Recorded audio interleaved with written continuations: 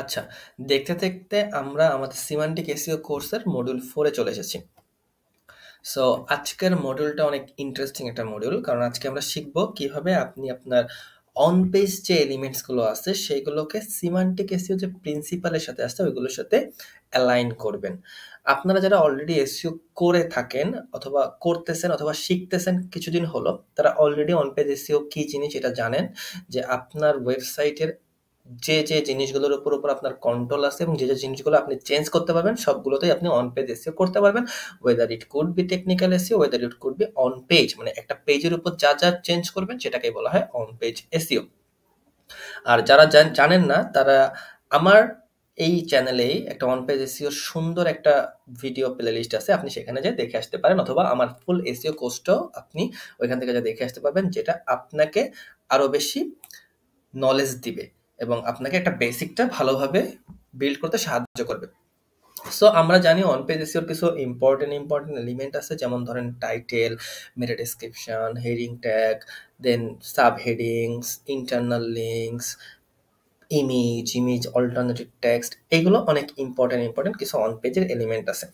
So আমরা জানি যে আমাদের কিওয়ার্ডটা টাইটেলে বসাইতে হবে, মেটা ডেসক্রিপশনে বসাইতে হবে, অথবা আপনি যদি কোনো কোর্স করে থাকেন বাংলাদেশের, আপনাকে হয়তো তারা এইভাবেই বলবে যে কিওয়ার্ডটা জাস্ট টাইটেলে বসায় দাও, কিওয়ার্ডটা মেটা ডেসক্রিপশনে বসায় দাও, কিওয়ার্ডটা এইচ অন ট্যাগে বসায় দাও, কিওয়ার্ডটা কন্টেন্টে কয়েকবার বসায় দাও, এইভাবে হয়তো বলে থাকবে। বাট সিমান্টিক্সের ক্ষেত্রে কিন্তু আমরা অলরেডি জানি, যারা অলরেডি আমার 3টা ভিডিও দেখে আসছেন, যে সিমান্টিক এসইও শুধুমাত্র কিওয়ার্ডের উপর ফোকাস করে না। সিমান্টিক এসইও ফোকাস করে টপিক, সিমান্টিক এসইও ফোকাস করে এন্টিটি, সিমান্টিক এসইও ফোকাস করে মিনিং, সিমান্টিক এসইও ফোকাস করে রিলেশনশিপ, সিমান্টিক এসইও ফোকাস করে কনটেক্সট। এই 5টা জিনিস সিমান্টিক এসইও ফোকাস করে। এবং এই 5টা জিনিসের মধ্যে আপনি যখন একটা ভালো রিলেশন বিল্ড করতে পারবেন, তখন আপনার সিমান্টিক এসইও স্ট্র্যাটেজিটা অনেক বেশি মারাত্মক লেভেলের ভালো হয়ে যাবে, যেটা আপনাকে সাহায্য করবে আপনার কম্পিটিটরদের আউটর্যাঙ্ক করতে। সো আমরা এই কাজটাই হচ্ছে আমাদের কন্টেন্টে করব। এখন অন পেজ এসইও মানে হচ্ছে শুধুমাত্র ওই কিওয়ার্ডগুলো এখানে ওখানে বসাই দিয়া এই দিন ভুলে যান। যারা আজকের এই ভিডিওটা দেখতেছেন তারাও এই দিনটা ভুলে যান। আজকে যেটা শিখাবো সেটাই করার চেষ্টা করবেন, তাহলে আপনার ক্লায়েন্টের জন্য আপনি সাস্টেইনেবল লং লাস্টিং র্যাঙ্কিংটা করতে পারবেন। এবং ভিডিও শেষে আপনাদের জন্য আরো ইন্টারেস্টিং কিছু টপিক আমি সাজেস্ট করব, এবং যে সাজেস্টগুলো অ্যাডভান্সড এসইওর জন্য খুবই গুরুত্বপূর্ণ। এবং আপনি যদি, আই ক্যান গ্যারান্টি, আপনি যদি এই টপিকগুলো খুব ভালোভাবে আয়ত্ত করতে পারেন, আপনি বস হয়ে যাবেন এসইওর। কারণ আপনি তখন গুগলের ইঞ্জিনিয়ার ঠিক যেভাবে চিন্তা ভাবনা করে, গুগলের ইঞ্জিনিয়ার যেভাবে অ্যালগোরিদমকে আপডেট করার চিন্তা ভাবনা করে, ঠিক সেটাই আপনি করতে পারবেন। আপনি এআই যে আপডেট, এআই ইঞ্জিনিয়ার যারা এআই আপডেট করে, তারা যেভাবে চিন্তা ভাবনা করে, আপনি তখন সেইভাবে চিন্তা ভাবনা করতে পারবেন। সেটা আমি ভিডিও শেষে জানাবো। সো চলুন আমরা দেখি যে কিভাবে আপনি অন পেজ স্ট্রাকচারটা সিমান্টিক কিছু যে প্রিন্সিপালগুলো আছে সেটার উপর বেসিস করে আপনি ক্রিয়েট করবেন। সবার প্রথমে যেটা আমরা কথা বলবো সেটা হচ্ছে যে এইচ অন ট্যাগ।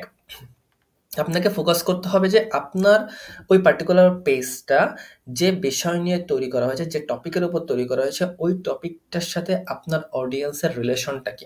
অর্থাৎ ওই টপিকটা কি আপনার অডিয়েন্সের কোনো প্রবলেম সলভ করতেছে, ওই টপিকটা কি আপনার অডিয়েন্সকে কোনো কিছু কম্প্যারিজনের বিষয়ে কথা বলতেছে, ওই টপিকটা কি আপনার অডিয়েন্স এমন কিছু কিনতে চাচ্ছে, পারচেস করতে চাচ্ছে, সেটার সাথে রিলেটেড। আপনাকে সেটা ফোকাস করতে হবে। আপনাকে এই কনটেক্সটটা মেইনটেইন করতে হবে যে আপনার ওই পার্টিকুলার পেজটা আপনার অডিয়েন্সের কোন বিষয়টার সাথে সব থেকে বেশি রিলেভেন্ট। ঠিক আছে, ঠিক সেই বিষয়টাই জাস্ট আপনাকে ওইখানে বসাই দিতে হবে। অর্থাৎ আপনার অডিয়েন্সের যে মেইন প্রবলেমটা অথবা তারা যেটা খুঁজতেছে, মেইন কোয়েশ্চেনটা, সেটাকেই আপনাকে খুঁজতে হবে। আমরা এক্সাম্পল দেখবো, কোনো সমস্যা নেই। আপনাকে জাস্ট শুধুমাত্র কিওয়ার্ড বের করে একটা কিওয়ার্ড বসাই দিলাম এটা না, আমরা কিওয়ার্ড বেসড কোনো কিছু শিখতেছি না। এই যে পুরো অ্যাডভান্স যে এসইও সিমান্টিক কিছু কোর্সটা আমি রান করতেছি, সেটাখানে কিওয়ার্ড বিষয়ে আমি কিন্তু কখনোই কোনো কথা বলিনি। সো কিওয়ার্ড বিষয়ে কোনো কিছু আপনার মাথায় রাখা যাবে না। জাস্ট কিওয়ার্ড যে কোনো কিছু হইতে পারে, ঠিক আছে? কিওয়ার্ড যে কোনো কিছু হইতে পারে। আপনার অডিয়েন্স যদি 100 ওয়ার্ডের একটা কিছু লিখে গুগলে সার্চ দেয়, সেটাও কিওয়ার্ড। আপনার অডিয়েন্স যদি একটা ওয়ার্ডের কিছু লিখে সার্চ করে, ওইটাও কিওয়ার্ড। ইভেন আমি যখন গুগলে যাব, গুগলে লিখে একটা লেটার লিখে সার্চ করব, এটাও কিন্তু একটা keyword. So keyword could be anything. Okay, so শুধুমাত্র কিওয়ার্ডের উপর ফোকাস করা এখন আপনার উচিত হবে না, এবং তাহলে সার্ভাইভ করতে পারবে না। সো আপনাকে এই জন্য আপনার কন্টেন্টটা যে বিষয় নিয়ে তৈরি, সেই বিষয়ের সাথে রিলেটেড যে প্রবলেমগুলো আছে, যে কোয়েশ্চেনগুলো আছে, সেগুলোর উপরই ফোকাস করতে হবে। তারপরে যদি আমরা নেক্সটে যাই, নেক্সটে গেলে আমরা দেখবেন যে কন্টেন্টের পর একটা অন পেজ এলিমেন্টে কি কি থাকে। সবার প্রথমে এইচ1 থাকে, তারপরে হচ্ছে ইন্ট্রো থাকে ছোট করে একটা। সো এই ইন্ট্রোতে আপনার যেতে হবে।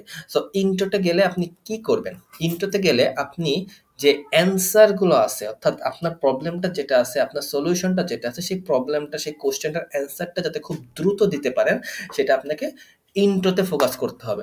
ঠিক আছে, ইন্ট্রোর মাধ্যমে আপনি আপনার যে অডিয়েন্স আছে, অডিয়েন্সের সাথে যে প্রবলেমটা, সেই প্রবলেমের সাথে রিলেভেন্সি ক্রিয়েট করবেন, পার্সোনালাইজেশন ক্রিয়েট করবেন। ঠিক আছে, তো এটা আপনি কিভাবে করবেন, ইন্ট্রোর মাধ্যমে। এখন একটা কথা বলি, দেখবেন যে এআই তে যখন আপনি কিছু লিখে সার্চ করবেন, এআই কিন্তু ভাঙা ভাঙা উত্তর দেয়। লেটস সে আমি যদি এখানে যাই, এখানে যে লিখে সার্চ করি যে হোয়াট ইজ এসইও লিখে সার্চ করি, দেখেন আমাকে সবার প্রথমে এখানে একটা এআই ওভারভিউ আসবে। এই ওভারভিউটা যদি আপনি একটু সুন্দরভাবে একটু মনিটর করেন, অবজার্ভ করেন, আপনি এখানে দেখতে পাবেন যে ছোট ছোট অ্যান্সার, দেখেন ছোট ছোট প্যাসেজ লেভেলের অ্যান্সার। অর্থাৎ আগে কি করতো, হোয়াট ইজ এসইও দিলে ডিরেক্টলি গুগলে এই যে দেখতেছেন পেজগুলো, এই পেজগুলোকে র্যাঙ্ক করতো, কিন্তু এখন কিন্তু এগুলো পেজে র্যাঙ্ক হয় না। এআই কখনোই আপনাকে একটা পেজের মতন এত ইন ডেপথ কিছু দিবে না। এআই সবসময় আপনাকে এরকম প্যাসেজ লেভেলের অ্যান্সারই দিবে, পরে হয়তো ওই পেজটাকে সাইটেশন করে দিবে, ফেচার্ট করবে। সো আপনাকে এখন এসইওটা করতে হবে প্যাসেজ লেভেলে। আপনাকে এসইও এখন যদি শুধুমাত্র আপনি পেজ লেভেলে করেন, তাহলে কিন্তু হবে না, সার্ভাইভ করতে পারবে না। SEO became so narrow down যে আপনাকে এখন ওয়ার্ড লেভেলে এসইও করতে হবে, সেন্টেন্স লেভেলে এসইও করতে হবে, প্যাসেজ লেভেলে এসইও করতে হবে। তাহলে দেখবেন যে এই দেখেন এআই আপনাকে র্যাঙ্ক করতে অথবা ফেচার্ট করতে সাহায্য করবে। সো এই জন্য আমি এখানে বলছি যে ইন্ট্রোতে আপনি যে প্রবলেমটা নিয়ে কথা বলতেছেন, আপনার পেজটা যে প্রবলেমটা নিয়ে, সেই প্রবলেমের কুইক অ্যান্সার দিবেন 2 to 3 সেন্টেন্সের ভিতর। দেন আপনি কন্টেন্টটা নিয়ে এক্সপ্যান্ড করতে পারেন। ঠিক আছে, 23। ওকে, সো 3 নম্বরে আমরা একটু দেখি, যদি নিচে যাই, আমরা 3 নম্বরে দেখতে পারবো যে সাব হেডিংস। তাহলে আমাদের একটা পেজে কি থাকে, সবার প্রথমে এইচ1 থাকে, তারপরে ইন্ট্রো থাকে, তারপরে হচ্ছে আমরা হেডিং শুরু করি, অর্থাৎ ওই কন্টেন্টের সাথে রিলেটেড যে হেডিংগুলো আছে সেইগুলো।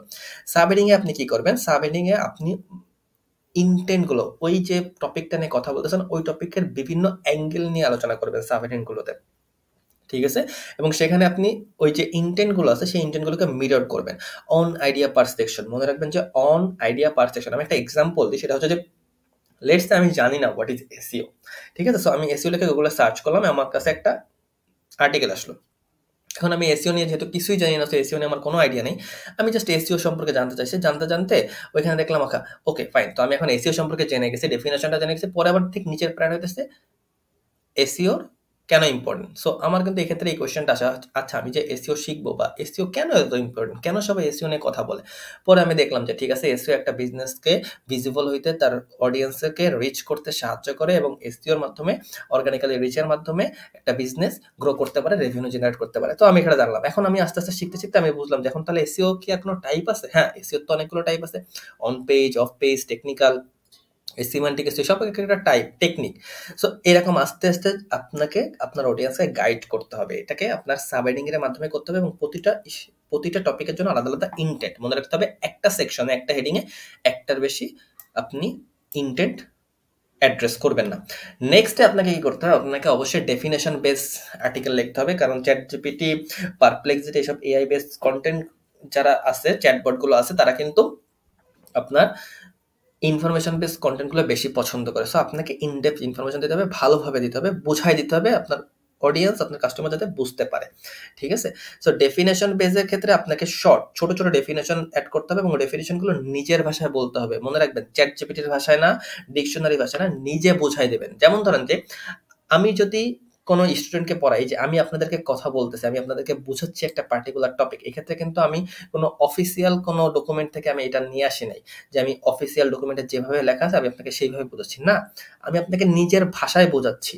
কারণ একটা মানুষ যখন আরেকটা মানুষকে নিজের ভাষায় বোঝায়, তখনই কিন্তু এটা বুঝতে পারে ভালোভাবে। অফিসিয়াল ভাষায় যখন বলবে, তখন কিন্তু বোঝাটা একটু টাফ হয়ে যাবে, কারণ অফিসিয়াল ভাষাটা একটু কমপ্লিকেটেড থাকে, একটু টার্মিনোলজি গুলো একটু কঠিন থাকে। সো আপনাকে অবশ্যই যে ডেফিনেশনটা আপনি দেবেন, সেটা নিজের ভাষায় করবে, সেই ডেফিনেশনের চেষ্টা করবেন, নিজের কিছু ইনপুট আনা, ইউনিক ইনসাইট আনা। ঠিক আছে, সো এইভাবে হচ্ছে আপনাকে কি করতে হবে, ডেফিনেশনটা কাজ করতে হবে। এরপরে নেক্সট সেগমেন্ট আপনারা কাজ করতে হবে internal link. This is a must do task. আপনি যদি সিমান্টিক ইসে করতে পারেন, আমরা কি করি, সিমান্টিক ইসে মানে রিলেশনশিপ ক্রিয়েট করা, মিনিং ক্রিয়েট করা। সো ইন্টারনাল লিঙ্ক সেই রিলেশনশিপ ক্রিয়েট করা, একটা পেজের সাথে আরেকটা পেজের যে রিলেশন, সেটা ইন্টারনাল লিঙ্কের মাধ্যমে আপনি ক্রিয়েট করেন। সো আপনাকে কি করতে হবে, দেখেন আমি এখানে লিখে দিয়েছি যে point two related entities, that means related page and deeper guides. যেগুলো ডিপার গাইডস হয় সেগুলো আপনাকে কি করতে হবে, ডেসক্রিপটিভ অ্যাঙ্কর টেক্সটের মাধ্যমে ওইগুলোকে পাস করতে হবে, সিগনাল সাপোর্ট করতে হবে, ঠিক আছে, রিলেভেন্সি সিগন্যালটা পাস করতে হবে, যাতে লিঙ্ক জুসটা, লিঙ্ক ইকুইটা খুব ভালোভাবে ফ্লো হইতে পারে, ঠিক আছে। ইররিলেভেন্ট ইন্টারনাল লিঙ্ক করবেন না। এবং সবার লাস্টে আপনাকে ইমেজ চেক করতে হবে। ইমেজে আপনার অ্যাড ক্যাপশন দিতে, অ্যাড ক্যাপশন আমরা অনেকেই দিনে অ্যাড ক্যাপশন দিবেন। এছাড়াও ইমেজ করবেন যে এন্টিটিটাকে মেনশন করে ইমেজটা লিখতেছেন, সেই এন্টিটির সাথে যাতে রিলেভেন্সি বজায় রাখে, যে সাবসেকশনে আপনি ইমেজটা বোঝাচ্ছেন, যে হেডিংটা আপনি ইমেজটা বোঝাচ্ছেন, সেই হেডিং এর সাথে যাতে রিলেভেন্ট থাকে, ঠিক আছে। তাহলে হচ্ছে আপনার ইমেজটা কিন্তু এফেক্টিভ হয়। এখন আর ইমেজ অল্টারনেটিভ টেক্সটের মাধ্যমে গুগলকে বুঝাইতে হবে না যে এই ইমেজটা আসলে কি নিয়ে। এখন আপনি গুগল বুঝে, কারণ গুগলের সাথে এখন যে মেশিন লার্নিংটা ইন্টিগ্রেটেড আছে, এআই ইন্টিগ্রেটেড আছে, এটা কিন্তু বুঝে। আপনি যদি চ্যাট জিপিটি থেকে যে একটা ইমেজ দিয়ে বলেন যে ইমেজটাকে আরো বেশি এনহ্যান্স করে দিতে, আরো বেশি ইমপ্রুভ করে দিতে, কোয়ালিটি ইমপ্রুভ করে দিতে, অথবা কোনো কিছু একটা বাদ দিতে, ওরা কিন্তু এটা বাদ দিয়ে দিতে পারবে।